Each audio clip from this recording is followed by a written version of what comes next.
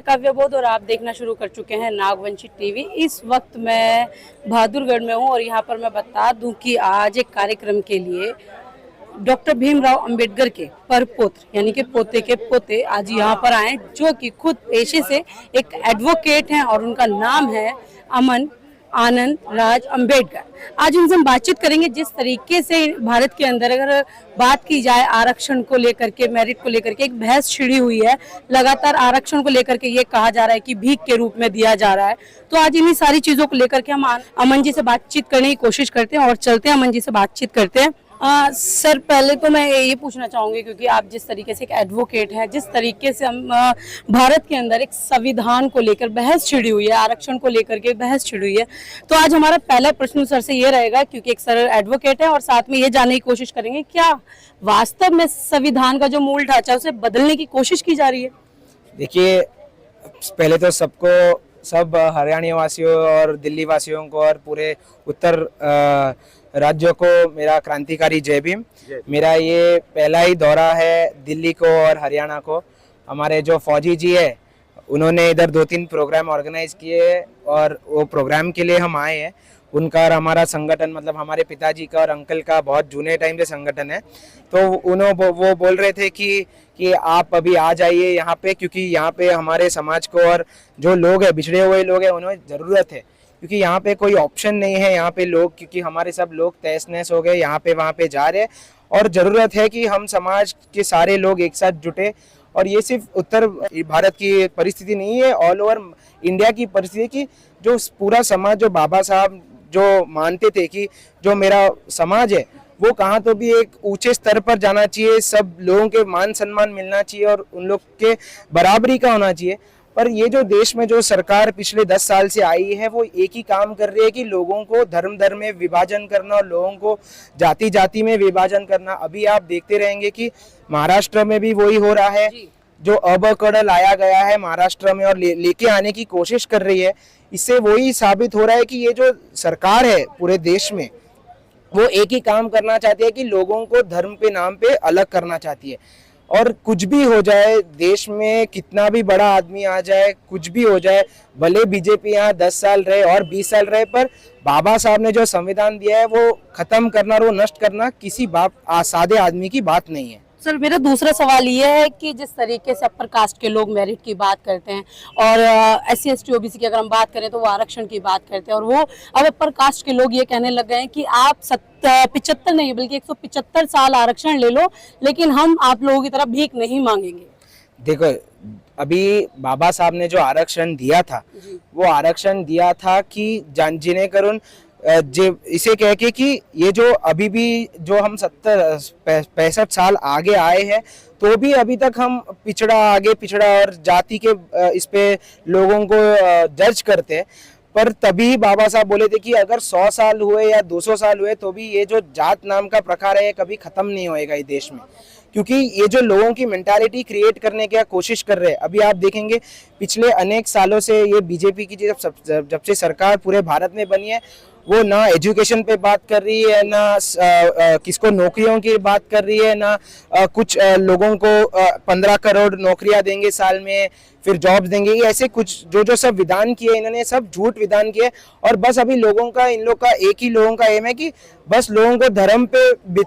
बिछड़ने का, अलग अलग करने का और वोट्स लेने का। हमारा साफ कहना है इसको कि आप कुछ भी कीजिए, आप कितना भी लोगों को धर्म पे नाम पे बटिए, पर एक ऐसा टाइम आएगा कि अभी आप ही देख रहे हैं कि सोशल मीडिया इतना पावरफुल हो चुका है कि अगर समझो दिल्ली में जो बात हो रही है वो महाराष्ट्र में 2 मिनट में या 3 मिनट में पहुंच जाती है। तो आप किधर भी, कौन से भी देश में, मतलब भारत में कौन से भी कोने में कुछ भी कीजिए, भले किसका भी नाम खराब करने का कोशिश कीजिए, बाबा साहब का नाम खराब करने का कोशिश कीजिए, कुछ भी कीजिए, पर बाबा साहब का नाम खराब नहीं हो। क्योंकि आज का जो युवा पीढ़ी है और जो लोगों ने बाबा साहब आगे लेके जाने का काम किया है, वो लोगों ने उनके आने वाली पीढ़ी है, जैसे मैं हूँ और मेरे साथ जो भाई बहन है सब है, उन लोगों को अभी बाबा साहब के वजह से पढ़ना सीखना सब आता है।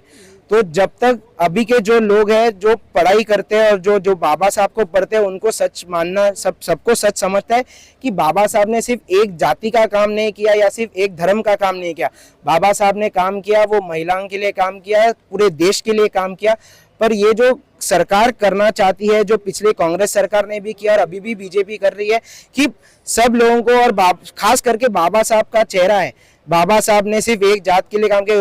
ये जो बताने का, पोर्ट्रे करने का एक जो विधान किया था, वो अभी कभी तो भी खत्म हो रहा है। अच्छा, जैसे अभी आपने कांग्रेस की बात करी, हम कांग्रेस की बात कर लेते हैं या अन्य पार्टियों की बात कर लेते हैं, क्या वो जमीनी स्तर पर बाबा साहब के लिए सच में काम कर रहे हैं या सिर्फ बाबा साहब का नाम इस्तेमाल कर रहे हैं? देखिए, आपको सबको पता है बाबा साहब का सिर्फ इलेक्शन में इस्तेमाल किया जाता है। बाबा साहब का समाज है,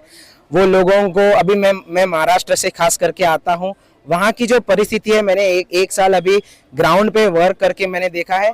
जो हमारा समाज है उनकी ज्यादा कोई अपेक्षा नहीं है। उनकी जो अपेक्षा वो क्या होती है कि हमें हमारे जो बाबा साहब है उनका एक स्मारक बना दीजिए, या हमें गौतम बुद्ध का एक विहार बना के दीजिए, बस उतनी ही उनको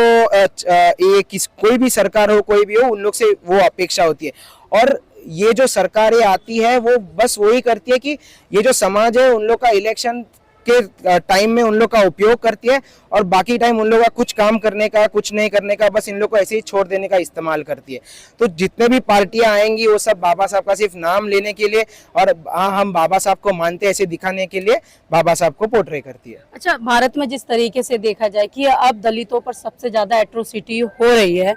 तो क्या कहेंगे? क्योंकि एक टाइम था कि बाबा साहब के साथ ही वो चीजें हुई हैं, उसके बाद वो एट्रोसिटी थोड़ी कम हुई, लेकिन अब वर्तमान में अगर देखा जाए तो बहुत ज्यादा वो एट्रोसिटी बढ़ गई है। देखिए, मुझे इस बात पे यही कहना है कि ये जो एट्रोसिटी बढ़ रही है, ये सब बढ़ रही है, ये क्यों बढ़ रही है? क्योंकि देश में बाबा साहब अम्बेडकर का जो नाम है वो यही पार्टियां खराब कर रही है। बाबा साहब का काम ऐसे दिखा के कि बाबा साहब ने एक ही जाति के लिए काम किया, उन लोग के लिए रिजर्वेशन दिया, उन लोग के लिए ये किया, इसीलिए एट्रोसिटी बढ़ रही है। अगर ये ना करे और ये बाबा साहब का रियल चेहरा जो बाबा साहब ने देश को दिया है, जो कठिनाइयों से बाबा साहब ऊपर आए हैं और जो कठिनाइयों से बाबा साहब ने गुजर गए, वो जो समाज को और इस देश को, खास करके महिला वर्गों को इससे ना जाए, वैसे पोर्ट्रे किया तो ये एट्रोसिटी वगैरह सब खत्म हो जाएगा। अच्छा, क्या आपको लगता है कि जिस तरीके से विभिन्न टुकड़ों में जो दलित आंदोलन बढ़ गया, जिसके वजह से आज अंबेडकर का जो आंदोलन था कहीं ना कहीं कमजोर हो रहा है? नहीं, मैं तो ऐसे कहूंगा कि दिन बर दिन बाबा साहब का नाम बड़ा होते जा रहा है। ये सरकारें कितना भी बाबा साहब को छुपाने का ट्राई करे, दबाने का ट्राई करे, पर अभी के जो युवा पीढ़ी है और जो आजकल की सोशल मीडिया है वो इतनी पावरफुल है कि बाबा साहब घर घर में पहुंचे आज। लेकिन सोशल मीडिया की अगर अभी आपने बात करी, कहीं ना कहीं सोशल मीडिया पर आज गलत तरीके से बाबा साहब के बारे में बताया जा रहा है। देखो, आज सिर्फ बाबा साहब के ऊपर गलत नहीं, पर देश में जो भी हो रहा है वो सोशल मीडिया पे आप गलत साबित, एआई का आपको पता रहेगा, एआई आज आया है, एआई इतना खतरनाक है, पर लोगों को अभी समझ में नहीं आ रहा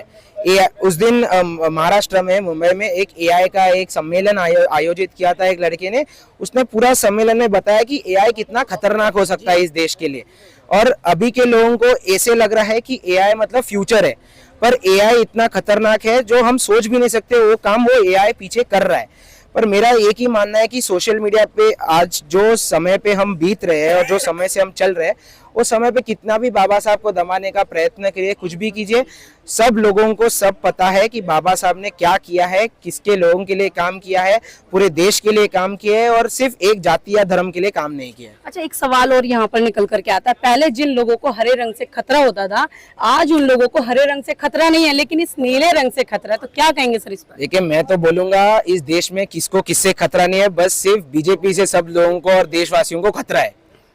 चलिए, सर से बातचीत करने का मेरा उद्देश्य इतना था कि पता लग सके, क्योंकि वो बाबा साहब के परिवार से हैं और अब जैसा कि मैंने बताया वो पेशे से एडवोकेट भी हैं। तो आज जो बहस छिड़ी हुई है मेरिट की, आरक्षण की, भारत के अंदर दलितों पर एट्रोसिटी की, तो मेन उद्देश्य मेरा आज ये था कि उनसे बातचीत की जाए, क्योंकि बाबा साहब ने जिस तरीके से दलितों के ऊपर हो रहे अत्याचारों को खत्म करने के लिए जिस तरीके से उन्होंने आंदोलन चलाए थे, आज कहीं ना कहीं उन्हीं चीजों को लेकर के मैंने बातचीत करी। आपकी इस वीडियो के बारे में क्या प्रतिक्रिया, मुझे कमेंट बॉक्स में जरूर बताएं और इस वीडियो को ज्यादा से ज्यादा शेयर करें।